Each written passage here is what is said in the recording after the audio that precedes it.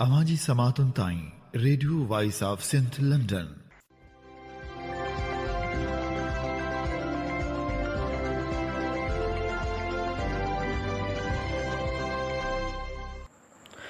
हीअं ॿुधी रहिया आहियो radio voice of Sindh London. अवां जी ख़िदमत में प्रोग्राम पेश कजे थो ख़बरुनि जी दुनिया। 11 मई 2025 आचर जे ॾींहुं प्रोग्राम ख़बरुनि जी दुनिया साण करे आऊं अवां जो पंहिंजो मेज़बान हबीब लगारी। सभ खां पहिरियां पेश करियूं था ख़ासि ख़बरूं। कारपोरेट फार्मिंग जे नाले ते सिंध जे ज़मीननि ते वालार ऐं सिंधु दरिया मां केनाल कढण वारनि मनसूबनि ख़िलाफ़ एहतिजाजी तहरीक जारी। अवामी तहरीक ऐं सिंधियाणी तहरीक पारां राजू खानाणी में रैली। जाम साहिब में बि SDP जो एहतिजाजी मुज़ाहिरो। वाइड सिंधी कांग्रेस जी UNPO कॉन्फ्रेंस में शिरकत। सिंध जो केस पेश कयो वियो। जबरी गुमशुदियुनि ख़िलाफ़ मुख़्तलिफ़ शहरनि में एहतिजाजी मुज़ाहिरा। स्टील टाउन मां खंभियल वकील सदाम भट्टी अञा ताईं ज़ाहिर न थियो। पुलिस केस दाख़िल करण खां बि इनकारी।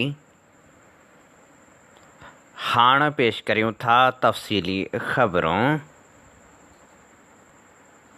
कारपोरेट फार्मिंग ऐं सिंधु दरिया मां केनाल कढण वारनि सिंध दुश्मन मनसूबनि ख़िलाफ़ एहतिजाजी तहरीक जारी आहे। क़ौम परस्त तनज़ीमनि पारां मुख़्तलिफ़ शहरनि में एहतिजाजी मुज़ाहिरा कया पिया वञनि। काल्ह बि सिंधियाणी तहरीक ऐं अवामी तहरीक पारां एहतिजाज जो सिलसिलो जारी रखियो वियो। सिंधु दरिया ते केनालनि कारपोरेट फार्मिंग मनसूबनि पाणी जी हथरादू खोट ख़िलाफ़ अवामी तहरीक ऐं सिंधियाणी तहरीक तरफ़ां राजू खानाणी में एहतिजाजी रैली कढी वई। एहतिजाजी रैली बख्शू निज़ामाणी चौक खां शुरू कई वई ऐं वाबडा चौक वटि धरणो हंयो वियो। रैली में औरतुनि, ॿारनि, ॿुढनि, हारियुनि, मज़दूरनि वॾे अंग में शिरकत कई। रैली जी अॻुवाणी अवामी तहरीक जे मरकज़ी सीनियर नायब सदर नूर अहमद कात्यार, मेहरान दरस, मुख़्तियार हरचंद लाल, SST अॻुवाण कबीर भील, हबीब कलोई, हबीब अयाज़ खोसो, मंजी कोल्ही, हरिराम कोल्ही, लक्ष्मण कोल्ही, भीमचंद ऐं ॿियनि कई। रैली खे ख़िताब कंदे अवामी तहरीक जे मरकज़ी सीनियर नायब सदर नूर अहमद कात्यार, मेहरान दरस, मुख़्तियार बकारी ऐं ॿियनि चयो त सिंध में शदीद सोकाड़े जी सूरतहाल आहे। सिंध में माण्हू पाणी जे ढुक लाइ परेशान आहिनि। हथ वठी सिंध जी ज़रई ज़मीन मुकमिल तौर ते बंजर बणाई वई आहे। सिंध में बदतरीन पाणी खोट बावजूदि पंजाब धाड़ियल वाहे ऐं डैम भरणु शुरू कया आहिनि। पंजाब जे हुक्मरान जी सिंध सां जंग आहे। पंजाब जा हुक्मरान सिंध खे फ़तह कयल इलाइक़ो सम्झनि था। हुननि चयो त सिंध में पाणी खोट बावजूदि पंजाब तोसा, पजनंद ऐं चश्मा जहलम लिंक केनाल खोले सिंध खे वधीक तबाही तरफ़ धिके छॾियो आहे। पंजाब डैम भरण बि बंदि नाहिनि कया। पंजाब सिंध जो पाणी चोरी करे रहियो आहे। हुननि चयो त सिंध जे गुडू बिराज वटि पाणी खोट 84% थी वई आहे, जॾहिं त सखर बिराज वटि 26% ऐं कोटड़ी बिराज वटि पाणी खोट 55% आहे। सिंध पाणी लाइ वाझाए रही आहे ऐं पंजाब धाड़ियल ॿारो ई वाहे रहियो आहे।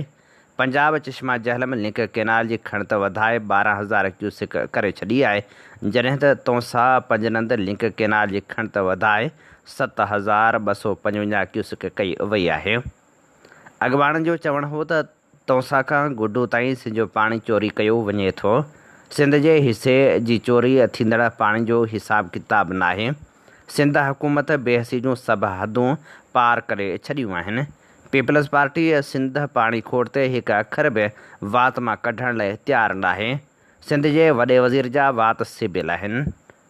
हुननि वधीक चयो त हिकु तरफ़ सिंध जे पाणी ते धाड़ो हंयो वियो आहे त ॿिए तरफ़ सिंध जी मैदनियात ते मेरियूं अखियूं आहिनि। बलूचिस्तान जी मैदनियात ते कब्ज़े लाइ मैदनियात जो बिल पास कयो वियो आहे। ईअं सिंध जी मेदिनिया ते पिणु कब्ज़े जूं तयारियूं हलंदड़ आहिनि। ज़रदारी सिंध खे कुर्सी एवज़ लिखी ॾेई छॾियो आहे। हुननि चयो त बबरलो धरणे ते वकीलनि खे जस ॾियूं था, पर कैनालनि वारो फ़ैसिलो मुकमिल वापसि न थियो आहे। अवामी तहरीक CCI समेत कंहिं बि अहिड़े वफ़ाक़ी इदारे खे क़बूल नथी करे जंहिंमें अक्सरियत रुॻो पंजाब जी हुजे। CCI जे समूरनि फ़ैसिलनि खे रद्द करियूं था। CCI जी बराबरीअ जे बुनियाद ते जोड़ जक कई वञे।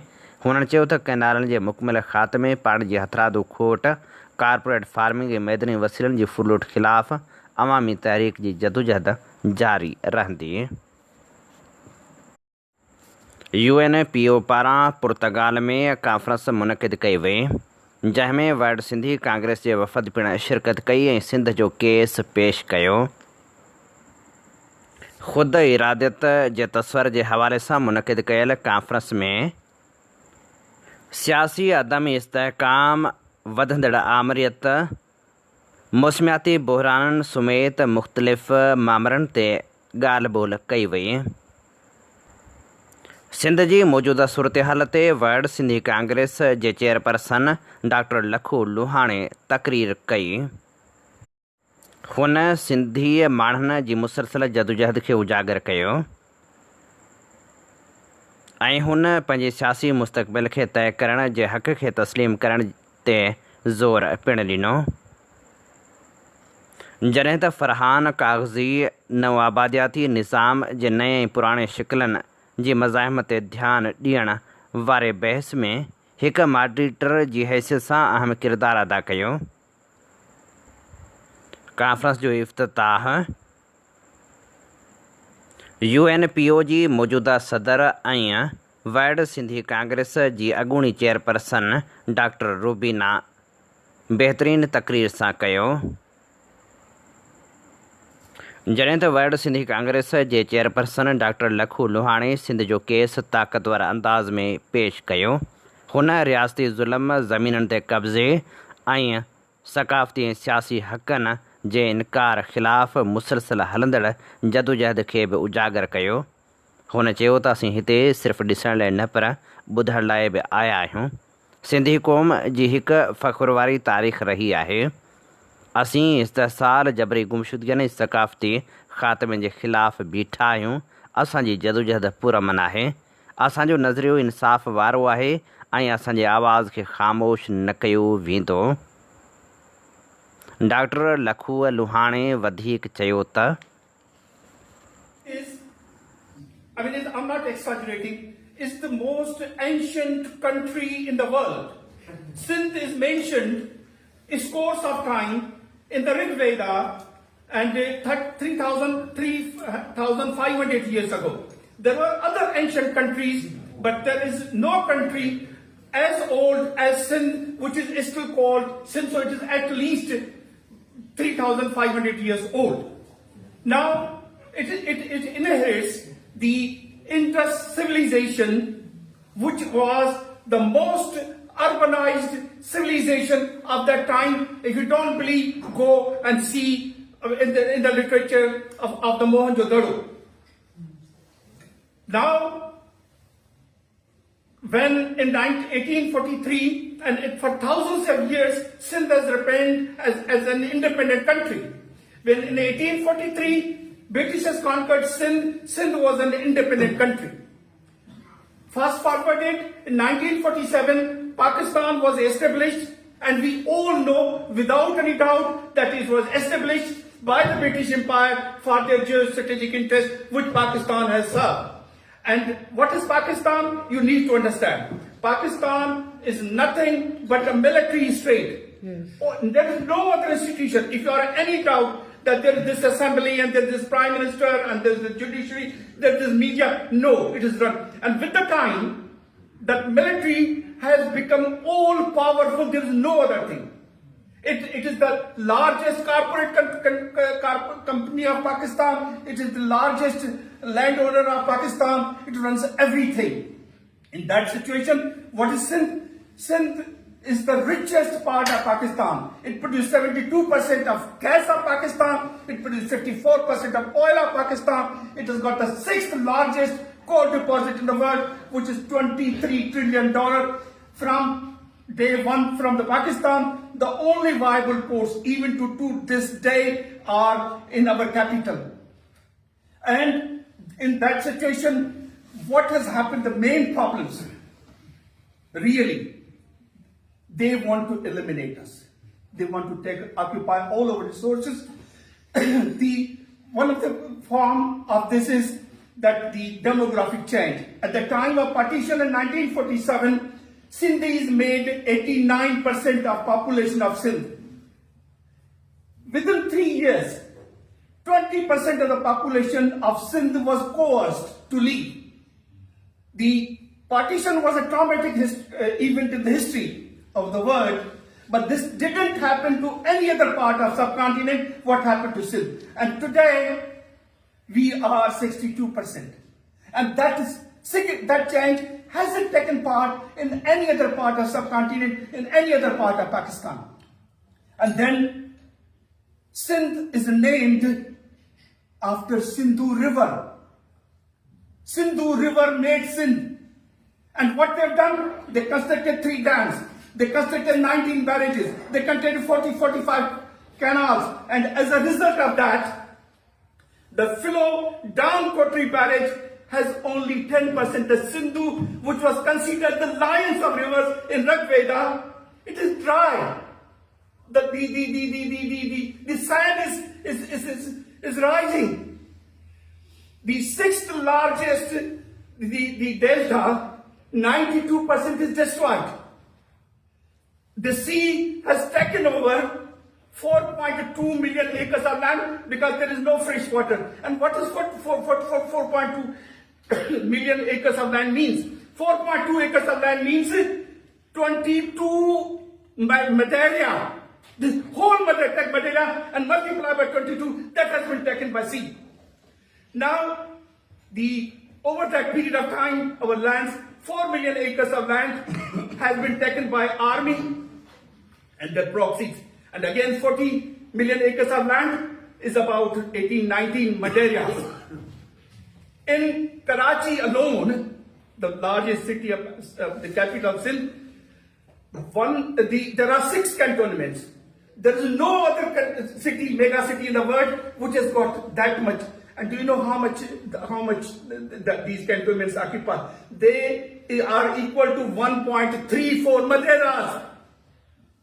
Then there are the housing societies for the personnel. They are called defense housing societies. And these defense housing societies are 24 kilometers square. So they are taken by all our resources. They are taking all. And what is happening as a result of that?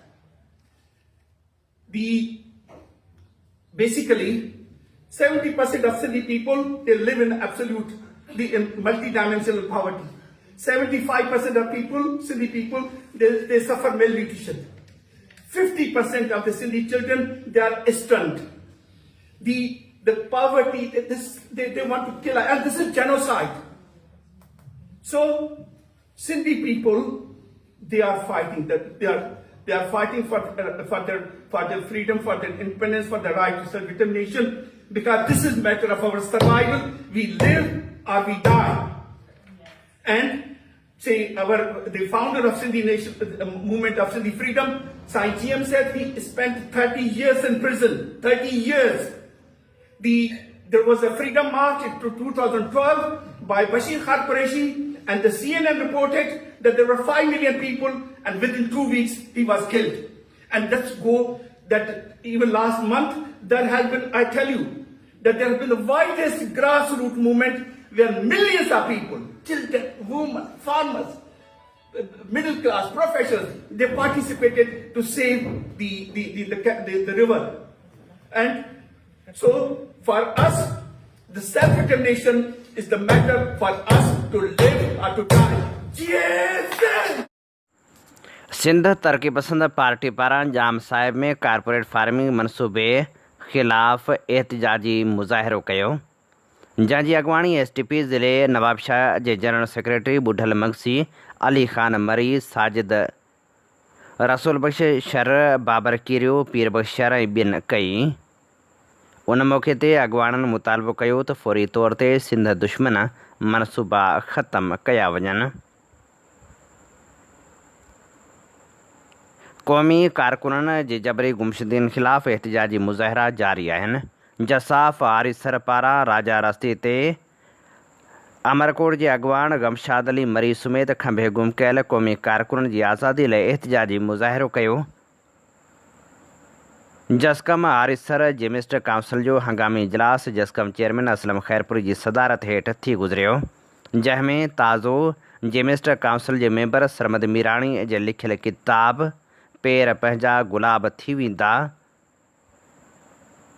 ते गौर वीचार कयो वियो ऐं चयो वियो त हिन किताब ते बहस करण खां पोइ उन नतीजे ते पहुता आहियूं त हीअ किताब पार्टी में उत्साह पैदा करण बजाए कारकुननि में मायूसी पैदा करे रहियो आहे ऐं गैर मुनासिब ॿोली लिखण सबबि पार्टी किताब खां लातालुकी ज़ाहिर करे थी।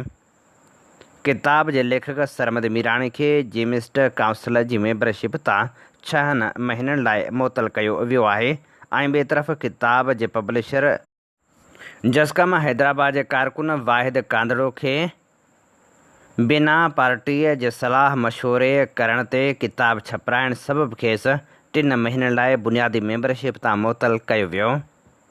पार्टी जे सीनियर मेंबर शफ़ीक आरिजो जी भेण जी वफ़ात ते तहज़ीद कंदे 2 मिंटनि जी ख़ामोशी पिणु इख़्तियार कई वई। कराचीअ जे स्टील टाउन थाणे जी हद मां खंभे गुम कयल सदाम भट्टी अञा ताईं बाज़ियाब थी नाहे सघियो। संदसि बाज़ियाबी लाइ के बि क़दम नाहिनि खयां विया, न वरी खेसि खंभे गुम कंदड़ SHO अलन अब्बासी ख़िलाफ़ का कार्रवाई थी सघी आहे। अञा ताईं फ़याज़ नारेजे जे क़त्ल वारे वाक़े जो केस बि अलन अब्बासी जे ख़िलाफ़ दाख़िल थी नाहे सघियो। सियासी समाजी धुरियुनि पारां मुतालबो कयो वियो आहे त फ़ौरी तौरु वकील सदाम भट्टी खे बाज़ियाब करायो वञे, उन सां गॾोगॾु अलन अब्बासी मथां केस पिणु दाख़िल कयो वञे। क़ौमी अवामी तहरीक जे सरबराह अयाज़ लतीफ़ पली जो हैदराबाद में शागिर्दनि खे ख़िताब कंदे चयो त भारत जो हमिलो आलमी अमन तरक़ी इंसानियत ते हमिलो आहे, असां जारहियत जी सख़्त मज़मत करियूं था। हुन वधीक चयो त ख़िते में अमन जे लाइ आलमी ताक़तूं जनूनियत जी मज़ाहिमत कनि। असांजे लाइ गुरबत, सिहत, तालीम, क्लाइमेट चेंज वॾा चैलेंज आहिनि। ॾखण एशिया जा माण्हू गुरबत, बदहाली, बीमारियुनि, मेरठ जी लताड़, मुआशी इस्तिहसाल, ख़राब हुक्मरानी जो शिकार आहिनि। क्लाइमेट चेंज, पाणी खोट वॾा मसइला आहिनि।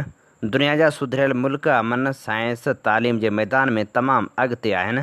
असांखे अमन घुरिजे, तालीम, साइंस, सियासी समाजी ऐं मुआशी इंसाफ़ ऐं तरक़ी घुरिजे, गुरबत जो ख़ात्मो ऐं बराबरी घुरिजे। जामशोरे में केन शाह वासी पोहरियत ज़मीन ते कब्ज़े ख़िलाफ़ एहतिजाजी मुज़ाहिरो कयो। उन मौक़े ते मीडिया अॻियां दाहींदे पोहरियत मोहम्मद मुराद पंवर चयो त मुंहिंजी ज़मीन ते कब्ज़ो कयो वियो आहे, जेको ख़तमु कराए ॾिनो वञे। अवामी वर्कर्स पार्टी कराची पारां हिकु मुज़ाकरो अवामी वर्कर्स पार्टी जे मरकज़ी सेक्रेटरिएट में कोठायो वियो।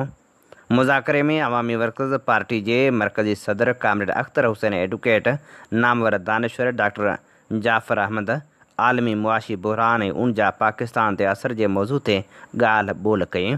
उन मौक़े ते वॾे अंग में सियासी समाजी कारकुननि शिरकत कई।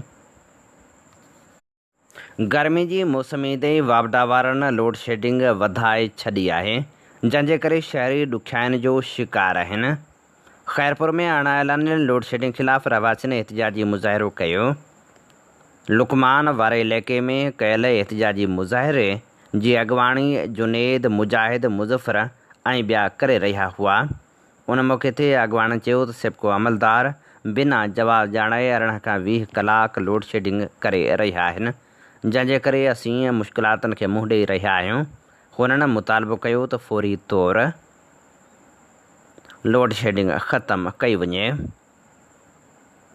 जीअं सिंध क़ौमी पार्टी पारां ज़िले सिजावल में पाणी जी शदीद खोट ख़िलाफ़ खोरवाह स्टाफ खां जीअं सिंध क़ौमी पार्टीअ जे चेयरमैन नवाज़ खान ज़ौर, यूसुफ कुंभार, कादर बख़्श ज़ौर, वकार मीराणी, अमीर बख़्श मलाह, आबादगार अॻवान अयूब ज़ौर ऐं ॿिनि जी अॻवाणी में एहतिजाजी रैली कढी मुज़ाहिरो कयो। उन मौक़े ते ख़िताब कंदे क़ौमप्रस्त अॻवान नवाज़ खान ज़ौर चयो त पंजाब जा कैनाल ऐं वाह अॼु बि तार वही रहिया आहिनि। पंजाब में पाणी जी खोट कोन्हे। सिजावल बदीन ऐं ठठे ज़िले में पीअण लाइ बि पाणी मुयसरु नाहे। अवाम फुड़े फुड़े लाइ सिके पियो। जेकॾहिं 10 ॾींहनि अंदरि पाणी न ॾिनो वियो त क़ौमी पार्टी पारां ॿीहर एहतिजाज कंदासीं। फरीदाबाद पुलिस पीरसनोर जे पुट ऐं भाणज खे गिरफ़्तार करे गुम करे छॾियो। फरीदाबाद वासण पीरसनोर त ज़ुलेखा चना पंहिंजे गूंगे पुट सां गॾिजी प्रेस क्लब फरीदाबाद पहुची एहतिजाज कयो। हुन दायो त CI पुलिस इंचार्ज मुंहिंजे पुट अब्दुल ख़ालिक ऐं भाणजे अशरफ चना खे बेगुनाह खणी गुम करे छॾियो आहे। रिश्वत न ॾियण ते कूड़ो केस दाख़िल कयो वियो आहे। हुन मुतालबो कयो त मूंसां इंसाफ़ कयो वञे। आपाशी खाते जी नाअहली सबबि घोटकी फीडर में पाणी जी खोट ख़िलाफ़ जस्कम जे सॾ ते मुख़्तलिफ़ सियासी समाजी तनज़ीमनि पारां एहतिजाजी मुज़ाहिरो कयो वियो। मीरपुर माथेलो प्रेस क्लब अॻियां कयल एहतिजाजी मुज़ाहिरे खे ख़िताब कंदे रमज़ान कलवड़, अयाज़ कलवड़, याकूब गॾाणी ऐं ॿिनि चयो त फसल जी पुखाए जी मौसम में पाणी जी शदीद खोट सबबि हारी ऐं आबादगार सख़्तु परेशान आहिनि, जंहिं सबबि हिन वक़्त ताईं आबादगार फसल न पोखे सघिया आहिनि। हुननि मुतालबो कयो त जल्द घोटकी फीडर में पाणी छॾियो वञे। ॿी सूरत में एहतिजाज जो दाइरो वधायो वेंदो। नवकोट भरिसां 3 ॾींहं अॻु बेदर्दी सां क़तल कयल सूमरो भील जे क़तल जो मुख्य जवाबदार गिरफ़्तार न थियण ते भील बिरादरी पारां मक़तूल जे अबाणे ॻोठ फोटो भील में अहम गॾिजाणी कोठाए वई। गॾिजाणी में सियासी समाजी अॻवाननि वॾे अंग में शिरकत कई। उन मौक़े ते अॻवान चयो त अञा ताईं पुलिस जवाबदारनि खे गिरफ़्तार करण लाइ तयारु नाहे। मुख्य कातिल खे बि अञा ताईं गिरफ़्तार न कयो वियो आहे। हुननि मुतालबो कयो त फ़ौरी तौर ते मुख्य कातिल खे गिरफ़्तार कयो वञे। ॿी सूरत में एहतिजाज कयो वेंदो ऐं एहतिजाज जो दाइरो सॼी सिंध ताईं वधायो वेंदो।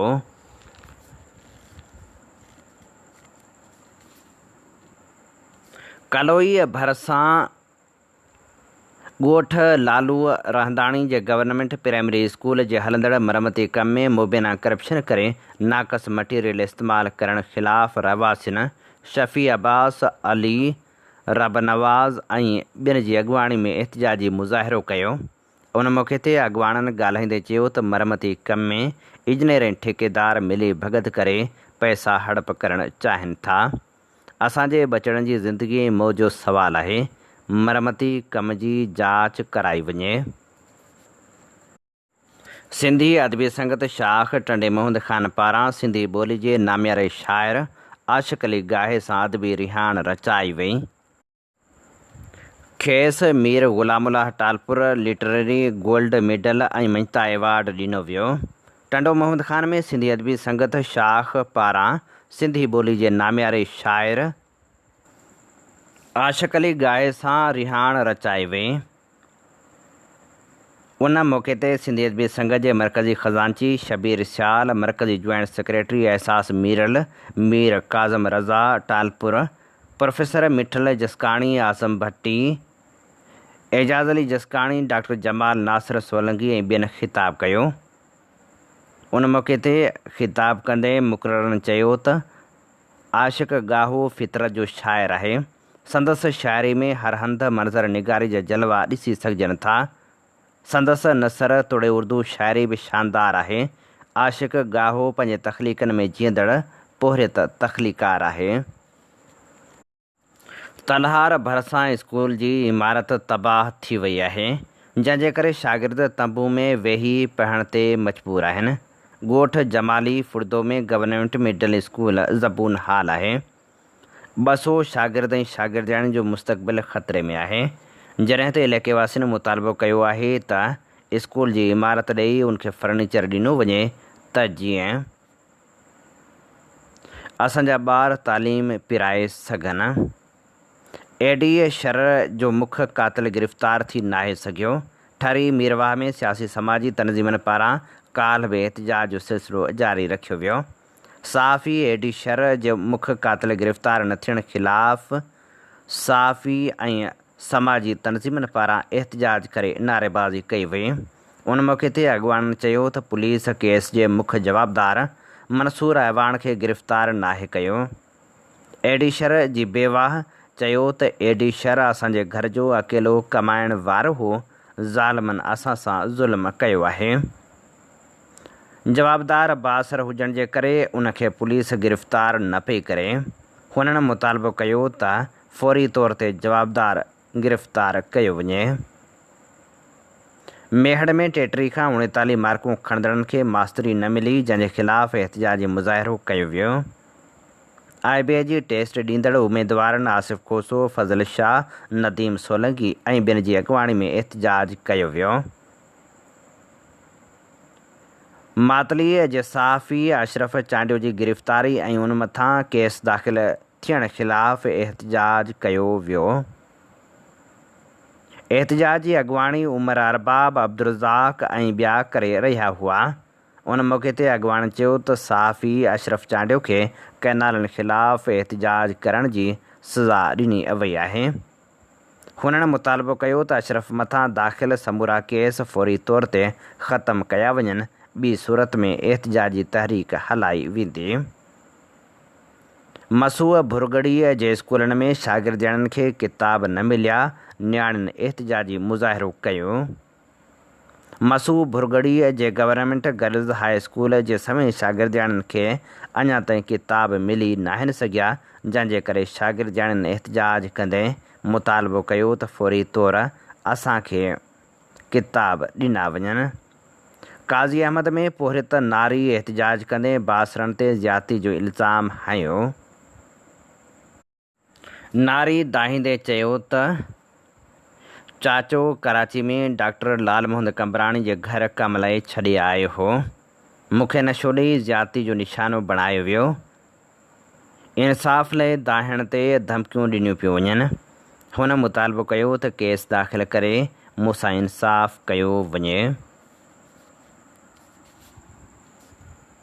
जाती में ज़मीन जी मालिकी वारो मामिलो वधीक शिदत इख़्तियार करे वियो आहे। मातली जे रवासिन प्रेस क्लब ठठे में हबीब निज़ामाणी, बाबू अब्दुल्ला निज़ामाणी ॿिनि प्रेस कॉन्फ्रेंस कंदे चयो आहे त जाती जी देह झेरकी में असांजी ज़मीन आहे, जंहिं ते कब्ज़ो कयो वियो आहे। ज़मीन जो समूरो रिकॉर्ड असांजे नाले आहे। काज़ी अहसन सैयद शफ़क़त शाह असांजी ज़मीन ते कब्ज़ो कराए ज़मीन हड़प करणु चाहिनि था। असांखे नुक़सानु पहुचाइण लाइ कोशिशि कई पई वञे। पुरअमन कारोबारी फैमिली सां तालुक़ रखूं था। ज़मीन ते कब्ज़े जे ख़िलाफ़ क़ानूनी रस्तो इख़्तियार करे दाहें रहिया आहियूं, पर केर बि दांह ॿुधण लाइ तयारु नाहे। ॿिए पासे इल्ज़ाम हेठि आयल सैयद शफ़क़त शाह पारां इल्ज़ामनि खे रद्द कंदे सियासी असां खे नुक़सानु रसाइण जी साज़िश करार ॾिनो वियो। हुन चयो त ज़मीन जो मालिक ऐं धणी मौजूदु आहे, मूं कंहिंजी बि ज़मीन ते कब्ज़ो नाहे कयो। KPK में ऑल पार्टीज़ कॉन्फ्रेंस थी गुज़री, जंहिंमें मैदनियात वारे बिल खे मुकमिल तौर ते रद्द कयो वियो।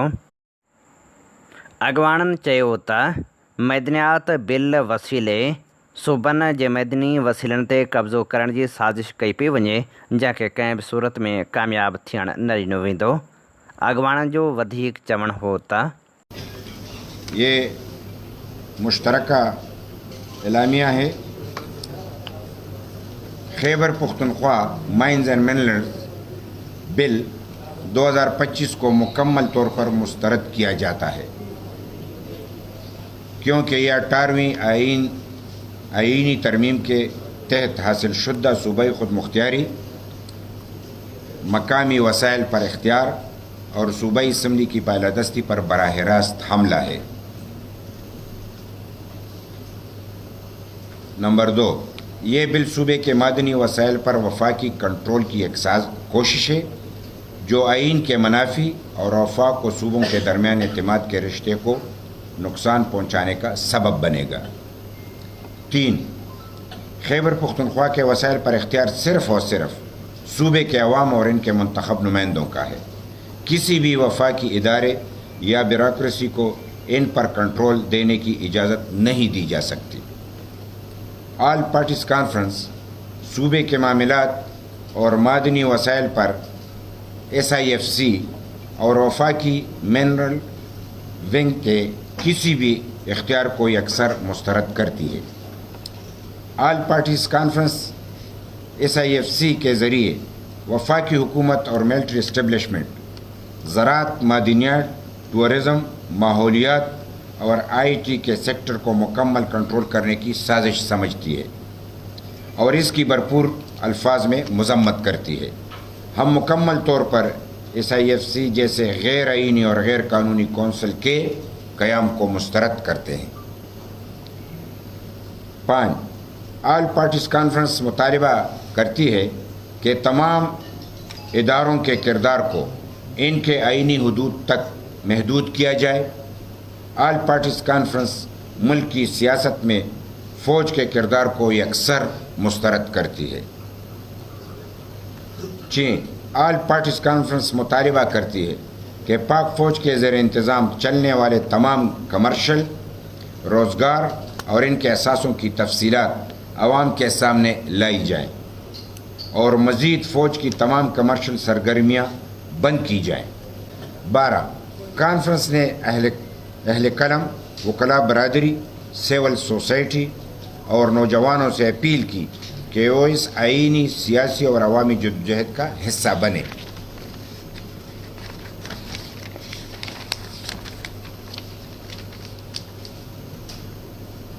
दियार लेसन 13 शुरका ने इस बात पर जोर दिया कि ये जद्दोजहद सिर्फ खैबर पख्तूनख्वा तक महदूद नहीं बल्कि वफाकी इकाइयों के हुकूक, आइन की बालादस्ती और मरकज़ और सूबे के दरमियान तवाज़न के क़याम के लिए एक कौमी जद्दोजहद है। ये कॉन्फ्रेंस बलूचिस्तान की सियासी पार्टियों की जानिब से इधर पासशुदा मादनियात के कानून की मुखालिफत की मुकम्मल तौसीक करती है। अल्फाज लगदासी बलूचिस्तान में सियासी पार्टियां मिल बैठ के उन्होंने जो बिल असम्बली में पास किया उसको पार्टियों ने मुस्तरद कर दिया, यानी जिनके मेंबरान असम्बली में थे और उन्होंने दस्तखत किए या पास किया तो उन्हीं के मदर पार्टियों ने उसको रिजेक्ट किया। और इस पे हम एक नुक्ता और भी है कि और मुतालिबा करती है कि पासशुदा कानून को फिलफौर वापस लिया जाए। इन्हीं ते प्रोग्राम ख़बरुनि जी दुनिया जो वक़्तु पुॼाणी ते पहुचे थो। पंहिंजे मेज़बान हबीब लगारी खे ॾींदा इजाज़त। जॾहिं पेर तेॾहिं ख़ैर। अवां जी समातुनि ताईं radio voice of Sindh London